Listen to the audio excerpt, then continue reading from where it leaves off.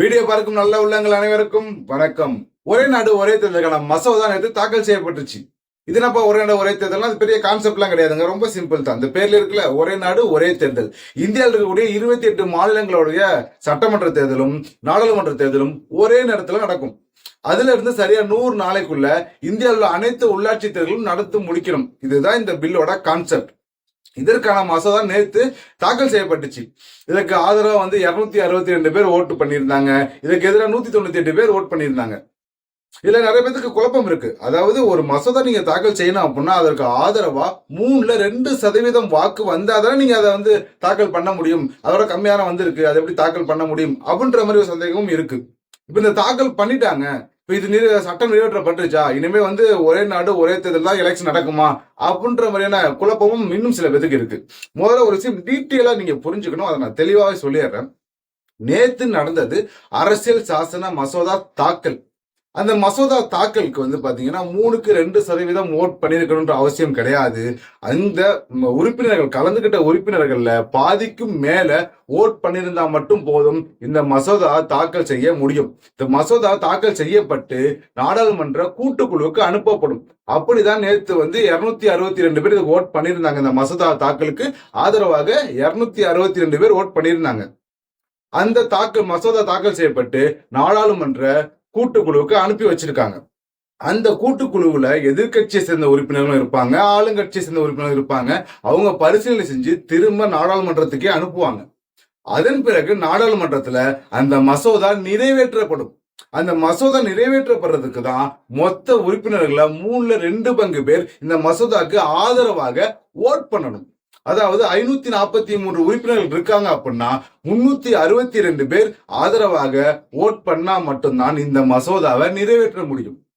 இல்ல அன்னைக்கு உறுப்பினர்கள் கம்மியா வந்திருக்காங்க, இப்போ 543 பேருக்கு பதிலாக ஒரு 500 பேர் தான் வந்திருக்காங்க அப்படின்னா அதற்கு ஆதரவான ஓட்டுகளும் அதுக்கேற்ற மாதிரி குறையுமே தவிர, ஆனால் கண்டிப்பாக 3/2% பேர் அன்னைக்கு அந்த மசோதாக்கு ஆதரவாக ஓட் பண்ணா மட்டும்தான் அதற்கான மசோதா நிறைவேற்றப்படும். இந்த ஒரே நாடு ஒரே தேர்தல் திட்டம் இந்தியாவுக்கு ஒன்றும் புதுசுலாம் கிடையாதுங்க. ஆரம்பத்துல இந்தியாவில் நடைமுறையில இருந்த ஒரு முறை தான் இந்த ஒரே நாடு ஒரே தேர்தல்ங்கிற முறை. என்ன பிரதர் சொல்றீங்க அப்படின்னு கேட்டா உண்மையதான் பிரதர் சொல்றேன். இதை இன்னும் டீட்டெயிலா பாக்குறதுக்கு முன்னாடி நம்ம வீடியோ நீங்க பாத்துக்கிட்டு இருக்கீங்க, இது வரைக்கும் நம்ம சேனலை சப்ஸ்கிரைப் பண்ணல அப்படின்னா மறக்காம சப்ஸ்கிரைப் பண்ணிட்டு வீடியோவை பாருங்க. நம்ம அரசியல் சாசனம் 1950 அமல்படுத்தப்பட்டுச்சுங்க. 1951 இருந்து 52 தொடர்ச்சியா 4 மாத காலம் இந்த ஒரே நாடு ஒரே தேர்தல் முறை நடந்துச்சு. அதுல 1967 வரைக்குமே பாத்தீங்கன்னா இந்த ஒரே நாடு ஒரே தேர்தல் திட்டம் நடைமுறையில இருந்துச்சு. அதன் பிறகு அந்த 1967 தேர்தல்ல பாராளுமன்றத்துல தொங்கு பாராளுமன்றம் அமைஞ்சிச்சு. அதனால திரும்ப ரீ எலெக்ஷன் நடக்க வேண்டிய கட்டாயம் இருந்துச்சு. அது வரைக்கும் 1951 இருந்து 67 வரைக்கும் இந்த ஒரே நாடு ஒரே தேர்தல் செயின் இந்த 67 தொங்கு பாராளுமன்றம் அமையவும் பிரேக் ஆகுது. அதன் பிறகு இந்த ஒரே நாடு ஒரே தேர்தல் திட்டத்தை நடைமுறைப்படுத்த முடியல. சட்டமன்றங்களுக்கு மாநிலங்களவையில வேற தேர்தல் நடக்குது. அதே நேரத்துல பாராளுமன்றத்துக்கு நடத்த தேர்தலுக்கான காலமும் வேறையா இருக்கனால இந்த ஒரே நாடு ஒரே தேர்தல்ன்ற முறையை பின்பற்ற முடியாம போயிருச்சு. அதன் பிறகு 1983 பாத்தீங்கன்னா எலெக்ஷன் கமிஷன் எப்படியாச்சும் நம்ம ஒரே நாடு ஒரே தேர்தல் திட்டத்தை கொண்டு வரன்ற முயற்சி பண்ணாங்க. ஆனா அந்த முயற்சி கை கொடுக்கல. அதன் பிறகு 2003 அன்னைக்கு பிரதமராக இருந்த அடல் பிகாரி வாஜ்பாய் அவர்கள் சோனியா காந்தி அவரை சந்திச்சு இந்த ஒரே நாடு ஒரே தேர்தல் திட்டத்தை கொண்டு வருவதற்கான பேச்சுவார்த்தை ஈடுபட்டாரு. ஆனா அந்த பேச்சுவார்த்தை பெருசா கை கொடுக்கல. அதன் பிறகு 2010 பிஜேபி லீடரா இருந்த PK அதானி அவர்கள் அன்றைய PM இருந்த மன்மோகன் சிங் அவர்களை சந்திச்சு நம்ம இந்த ஒரே நாடு ஒரே தேர்தலை கொண்டு வரதை பத்தி பேச்சுவார்த்தை நடத்தினா சொல்லப்பட்டுச்சு. அதுவும் நிறைவேற்றப்படல. அதன் பிறகு பிஜேபி தொடர்ந்து இந்த ஒரே நாடு ஒரே தேர்தல் திட்டத்தை பத்தி பேசிக்கிட்டே வந்தாங்க. ஏன் 2024 அவங்களோட தேர்தல் வாக்குறுதியாவே இந்த ஒரே நாடு ஒரே தேர்தல் திட்டம் இருந்துச்சு. 2023 செப்டம்பர் 23 முன்னாள் ஜனாதிபதி ராம்நாத் கோவிந்த் அவர்களுடைய தலைமையில ஒரு குழுவை அமைச்சாங்க. நம்ம எப்படி ஆச்சு 2029 இந்த ஒரே நாடு ஒரே தேர்தல் முறையை நடத்தி ஆகணும் அப்படின்ற முழு முயற்சியில பிஜேபி ஈடுபட்டாங்க. ஆனால் அதுல மிகப்பெரிய சவால் இருக்கு. இந்த ஒரே நாடு ஒரே தேர்தல் திட்டத்தை இவங்க நடத்தி முடிக்கணும் அப்படின்னா அதற்கு அரசியல் சாசனத்துல சில திருத்தங்கள் கொண்டு வரணும். அப்படி அரசியல் சாசனத்துல சில திருத்தங்கள் கொண்டு வரதுக்காக தான் நேற்று அரசியல் சாசன மசோதா தாக்கல் செய்யப்பட்டு நாடாளுமன்ற கூட்டுக்குழுவுக்கு அனுப்பியிருக்காங்க. அந்த குழு பரிசீலனை முடிஞ்சு திரும்ப நாடாளுமன்றத்துக்கு வந்த பிறகு அதற்கான மசோதா நிறைவேற்றப்படும். அப்படி அந்த ஒரே நாடு ஒரே தேர்தலுக்கான மசோதா நிறைவேற்றப்படும் போது அன்னைக்கு பங்கு பெறக்கூடிய உறுப்பினர்கள்ல 2% பேர் இந்த மசோதாவுக்கு ஆதரவாக ஓட் பண்ணா மட்டும்தான் இந்த மசோதா நிறைவேற்றப்பட்டு இந்த சட்டம் அமலுக்கு வரப்படும். அப்படி இந்த சட்டம் அமலுக்கு வருமான்னு கேட்டீங்கன்னா அதுல மிகப்பெரிய கேள்விக்குறிகள் இருக்கு. ஏன் அப்படின்னா இதுக்கு முன்னாடி பீரியட்ல பிஜேபி ஆட்சியில் இருந்த போது அவங்களோட பெரும்பான்மையை தாண்டி அளவுக்கு அதிகமாகவே இந்த மசோதா நிறைவேற்ற அளவுக்கு கூட அவங்கள்ட்ட எம்பிக்கள் இருந்தாங்க. அவங்களுக்கு தேவையான சட்டங்கள்லாம் அவங்களால எளிதா மசோதா தாக்கல் செய்யப்பட்டு அந்த மசோதா நிறைவேற்ற முடிஞ்சிச்சு. ஆனால் இந்த பீரியட்ல அவங்களுக்கு தேவையான இந்த மசோதாவை நிறைவேற்ற அளவுக்கு தேவையான எம்பிகள் இருக்காங்கன்னா கேட்டா கிடையாது. இந்த மசோதா நிறைவேற்றணும் அப்படின்னா அதற்கு எதிர்கட்சிகளும் ஒத்துழைச்சா மட்டும்தான் நிறைவேற்ற முடியும். ஆனால் இந்த மசோதாவுக்கு ஆதரவாக பிஜேபி மற்றும் பிற கட்சிகள்னு மொத்தம் 32 கட்சிகள் ஆதரவாக இருக்காங்க. இந்த பக்கம் இந்தியால இருக்கக்கூடிய கூட்டணிகள்ல பிளஸ் சில கட்சிகள் அப்படின்னு மொத்தம் 13 கட்சிகள் இந்த மசோதாக்கு எதிராக இருக்காங்க.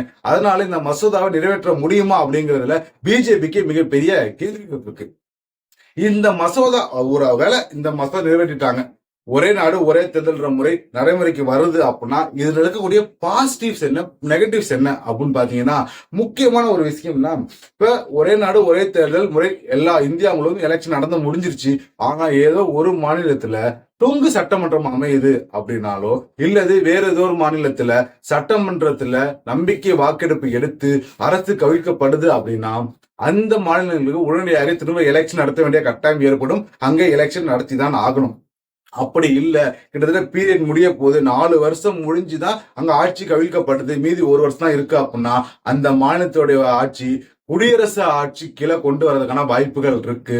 அல்லது 1 வருஷத்திலே ஆட்சிக்கு வந்து 1 வருஷத்திலே ஆட்சி கவிழுதும் பட்சத்தில் அங்க ரீஎலெக்ஷன் நடக்கும் பட்சத்தில் அங்க ஆட்சிக்கு வரக்கூடிய ஆட்சியாளர்கள் 5 வருஷத்தை அவங்க கம்ப்ளீட் பண்ண முடியுமான்னு கேட்டா அதுலயும் மிகப்பெரிய கேள்விகள் இருக்கு. இந்த மாதிரி நிறைய சட்ட சிக்கல்கள் இருக்கக்கூடிய ஒரு விஷயத்தாவும் பார்க்க முடியுது. இன்னொரு பக்கம் ஆளுங்கட்சி என்ன சொல்றாங்க அப்படின்னா இந்த ஒரே நாடு ஒரே தேர்தல் முறையை கொண்டு வந்தோம் அப்படின்னா தேர்தலுக்கான செலவுகளை குறைக்க முடியும் அப்படின்ற மாதிரி சொல்றாங்க.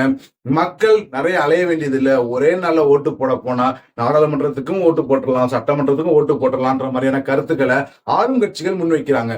ஆனா எதிர்கட்சிகள் அதற்கு எதிராக என்ன சொல்றாங்கன்னா எப்படி நீங்க செலவு குறையும் சொல்றீங்க இப்ப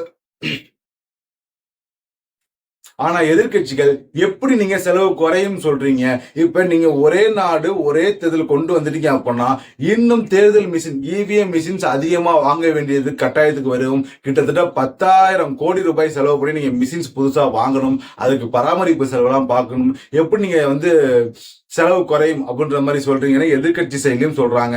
இப்படி நிறைய பிரச்சனைகள் இந்த ஒரே நாடு ஒரே தேர்தல் திட்டத்தை இன்னைக்கு நடைமுறை கொண்டு வரதுல இருக்கு அப்படின்னு சொன்னா அதுல எந்த மாற்று கருத்துமே கிடையாது. இந்த ஒரே நாடு ஒரே தேர்தல் திட்டம் 2029 அமலுக்கு வருமா வராதா அப்படிங்கறதெல்லாம் வெயிட் பண்ணி தான் பார்க்கணும். வீடியோ பிடிச்சிருந்துச்சுன்னா மறக்காம சேனலை சப்ஸ்கிரைப் பண்ணிக்கோங்க. உங்களோட வேல்யூபிள் கருத்துக்களை கீழே கமெண்ட்ல சொல்லுங்க. அடுத்த வீடியோவில் சந்திப்போம்.